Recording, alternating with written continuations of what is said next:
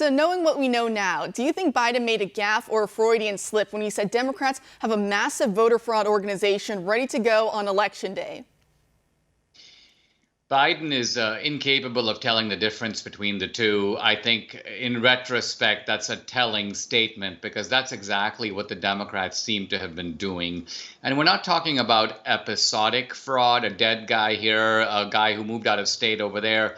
We're talking about an orchestrated campaign. Now, Trump had talked before the election about voter fraud, and I thought at that time it's a little premature. Like, why is he bringing this up?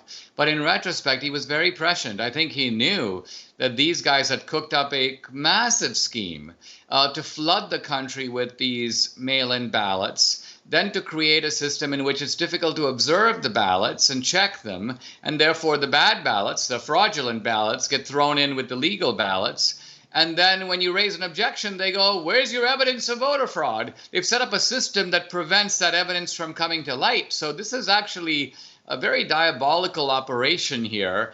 And the Trump campaign, I think, is right to question it, to challenge it, to take every possible step to try to ensure that our votes were fairly cast.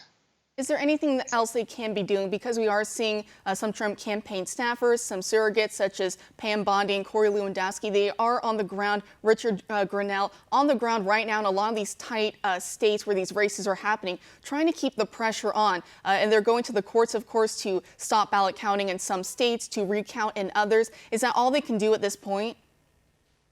No, step one is you need very good lawyers. I remember thinking back to 2000 that Bush had very good lawyers in the Bush-Gore recount.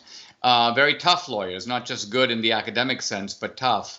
Number two, you need the GOP to unify behind this. The leading candidates for 2024, the leading senators and congressmen, there's a little bit of an eerie silence there. It's almost like the GOP is in its normal pose of sort of wait and see what happens. And this is a kind of timorousness or cowardice that I think bodes very badly. I think anyone who stays on the sidelines should have no future in the leadership of the GOP.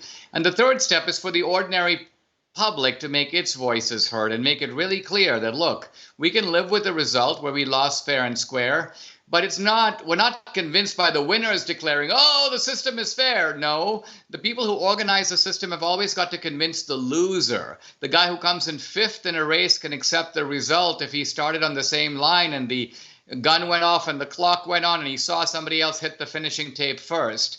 But if he feels that the race was rigged, people starting at different positions and so on, then that guy's never going to accept the result. And it's utterly pointless to say things like, let's heal, let's move on. We're not going to be doing that. And as we see this drag out now for days and days, and some counties, even in Nevada, are saying they won't have their final toll until, I believe, the 12th of this month. So about a week there. Does it remind you of back a few weeks ago when Hillary Clinton was publicly telling and advising Joe Biden to not concede under any circumstances? It's almost as if they knew that this would happen. Well, first of all, I hope that Trump takes Hillary's advice and never concedes and fights this all the way through. But I think, second, it is true that there is, to me, no rational explanation for these long delays, other than the fact that they did not expect there to be so many votes for Trump, and they've got to basically fabricate some more. So that, if I think back to 2016, Trump, for example, was leading Pennsylvania by 50,000 votes, which I thought, wow, that's a big number. But now it's 600,000 votes. They probably cooked up 100,000 votes. They didn't expect 600,000. So a lot more cooking has to go on to produce those extra votes. So this is actually shenanigans upon shenanigans. I think they know that we know, and they're relying on a kind of compliant media to basically put up their defense. This ultimately is their secret weapon, is the media that has a sort of, with a straight face, oh no, there's no evidence of voter fraud, even though they know deep down, just like with the Biden scandal, they knew. The reason that they were covering it up is not because it was false, but because it was true.